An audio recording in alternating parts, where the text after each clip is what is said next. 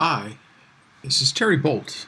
I'm your instructor for CS6000 Computer Science Research Methods. I'm the Elpamar Professor of Innovation Security, and I've been a professor for many years, first at Columbia, then at Lehigh, and now I've been here for 14 years at UCCS.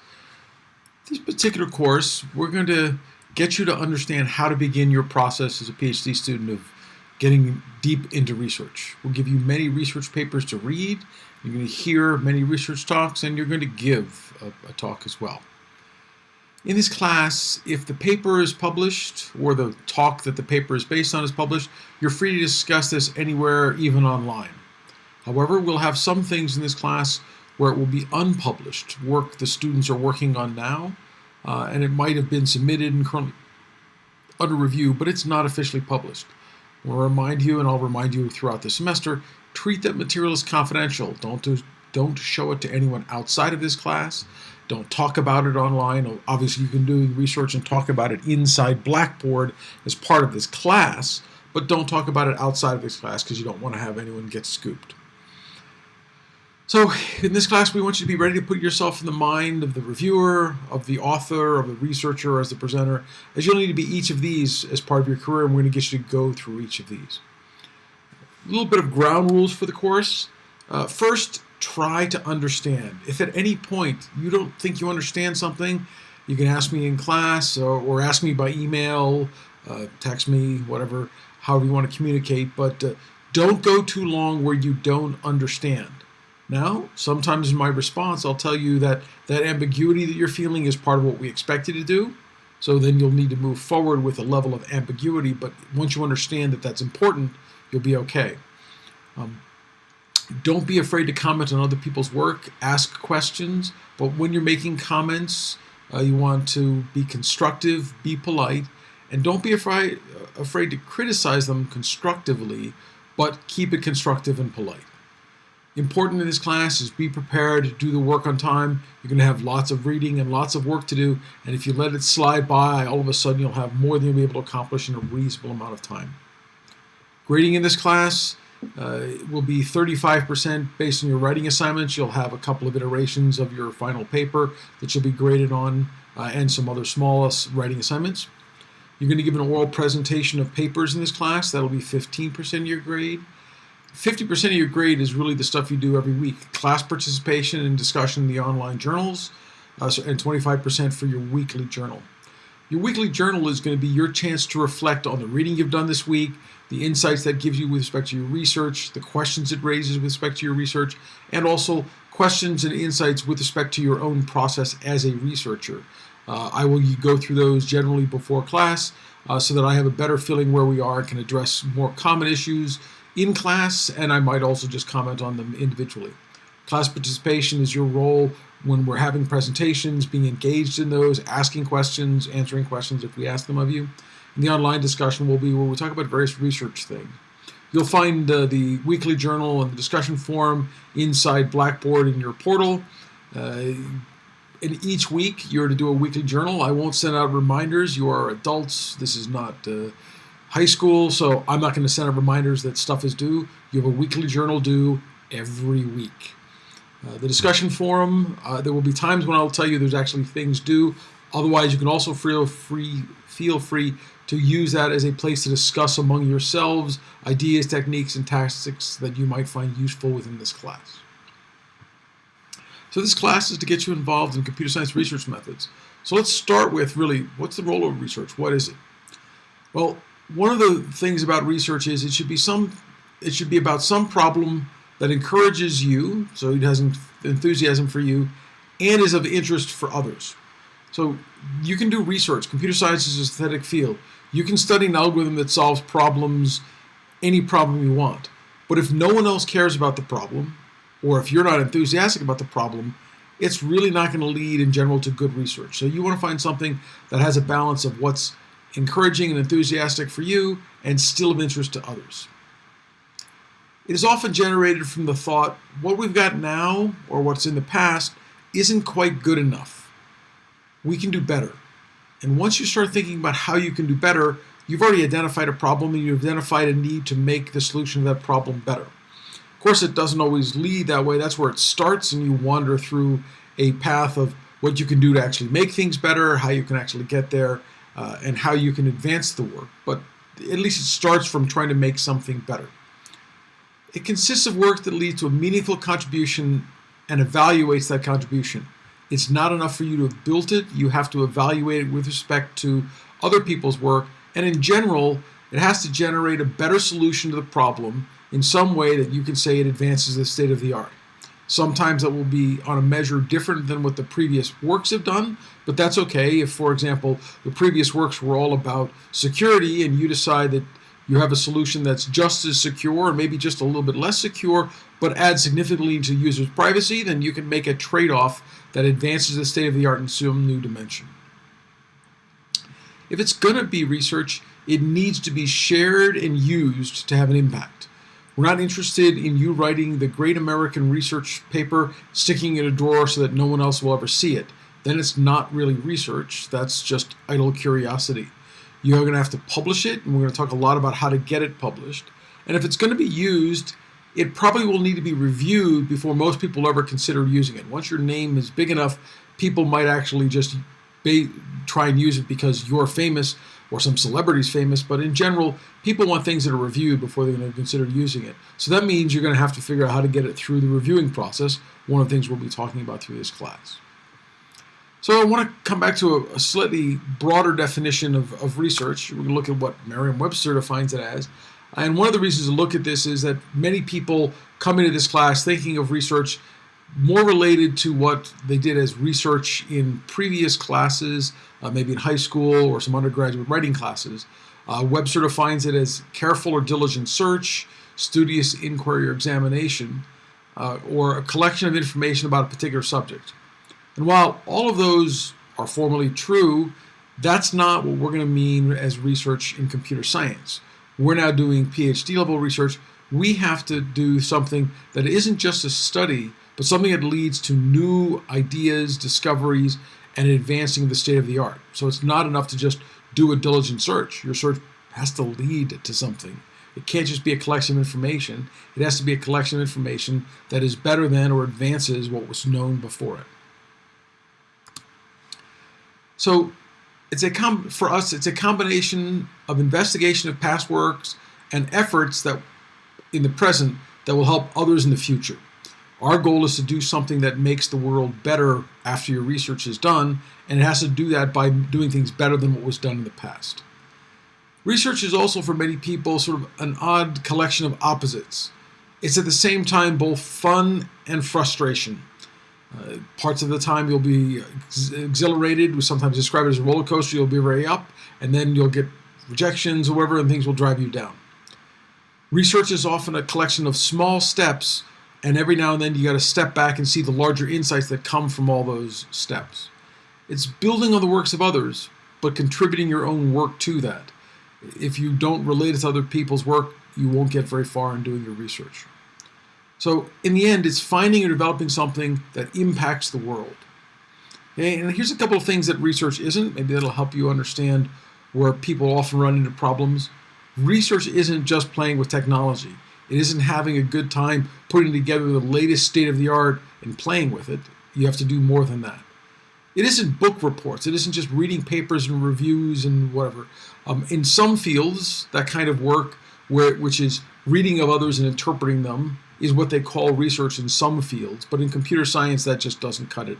You might end up having a summary paper or survey paper that's more like a book report. But in general, most research isn't going to be a survey. It isn't a programming project. Okay? It isn't just putting together code either for fun or for commercial products. Okay? And it definitely isn't doing what others have done. However, each of those are something that can be done as a part of your research. So research might include those things, but importantly, your research will have to be new, novel, something that advances the state of the art, not just a combination of those things above. So who does research? Well, most of you are PhD students. Some of you might be master's students, and you guys will be doing research. Generally, the standards are higher for PhD students. Even higher will be researchers at universities, postdocs, and faculty members who not only do research, they often lead other people in the pursuit of research. Some of you will go on to be faculty members and postdocs at other universities. Others of you will go to become researchers in industry. You work as research scientists and many other technical jobs that really use the PhD from a research point of view. There's also the possibility for undergraduates to do research, but undergraduate research is a little bit different. So when you look at who does research, we can look at it from 2 points of view. Individuals get involved, but generally lots of computer science research is team-oriented. Teams almost always make the process easier and, in my view, more fun because you can get feedback from other team members on what you're doing. You have multiple skill sets and you can get a division of labor, so it allows you to accomplish different things and much more things because you've divided the labor across. And each member can work to their own strengths.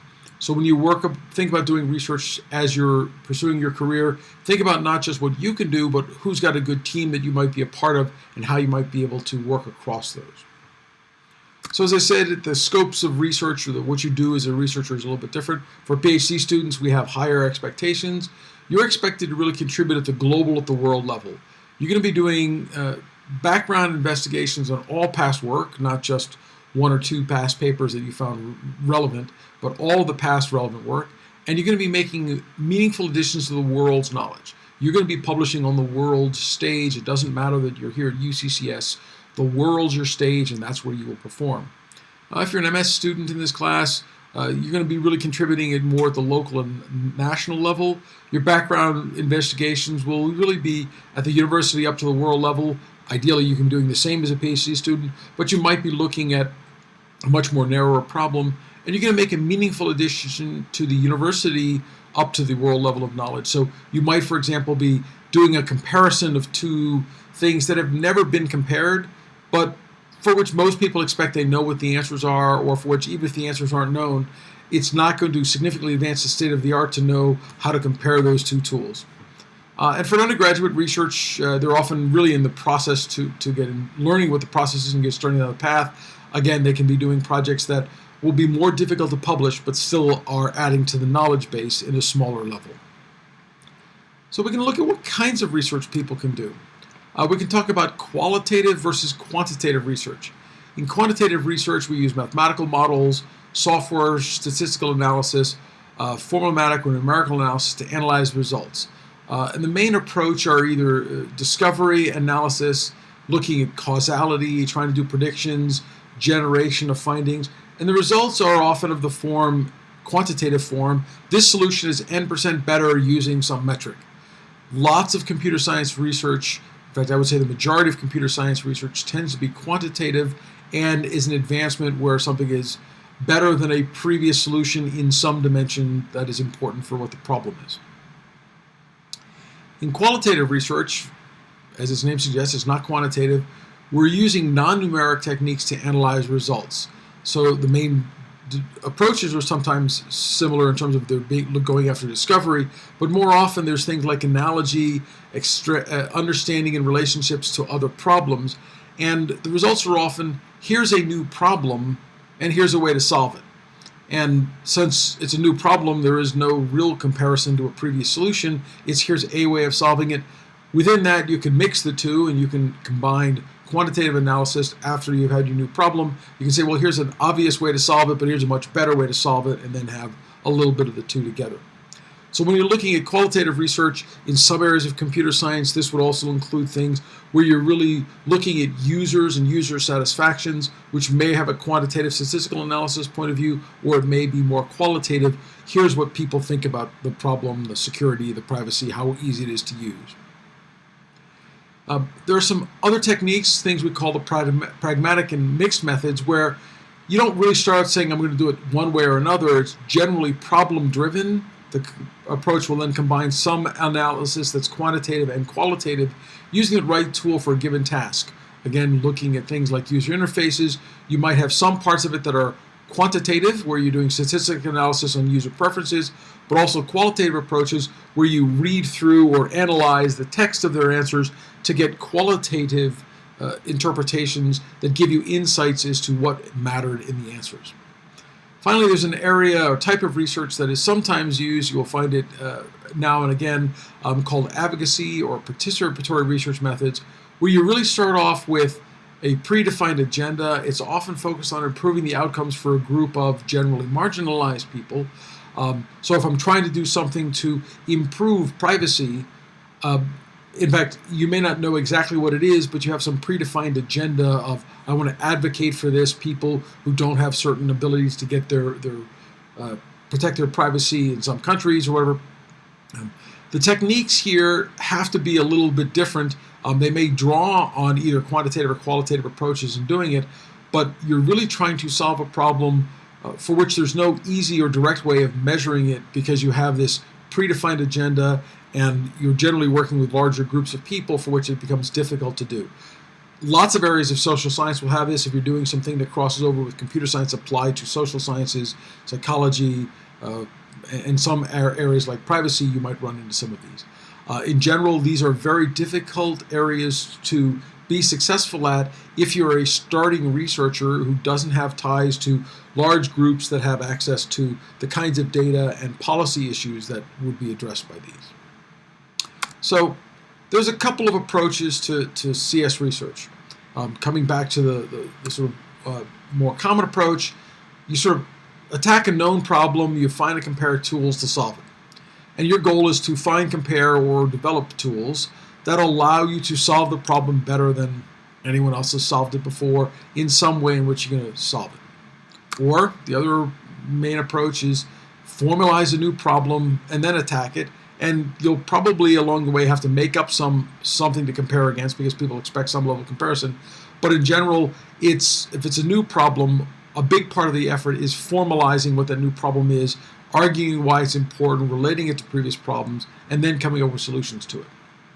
All too often, you'll see people who want to look at it as you want to build a new tool and test it on your own private data. And while that might be appropriate for an undergraduate or a master's level student, that is rarely PhD level research, because it's not replicable if you've tested it on your own private data, and if you have a new tool and you're not comparing it to anyone else, no one knows how much you've really done. So with all of that, we've talked about lots of approaches. I'm now going to tell you my number one predictor of how successful will students be doing at research. And the answer might surprise you. I think the number one thing that I use to predict how well students will do at research is how much they read high-quality papers and ask good questions from and about those papers. If you're reading a lot and you're asking good questions, you will find good research. If you sit around thinking, I'm going to think up new good ideas, and you're not reading what other people are doing, you're probably not going to find good research ideas. So the next couple of lectures, the next couple of videos within this lecture, and then actually over the next couple of lectures, we'll be looking at how to do this reading, what to read, how to find some of those research ideas. So don't worry yet if you don't know how to find or read good quality papers or ask good questions. We'll be talking about that. This ends our first video for CS6000, but there are 3 videos for today, so please make sure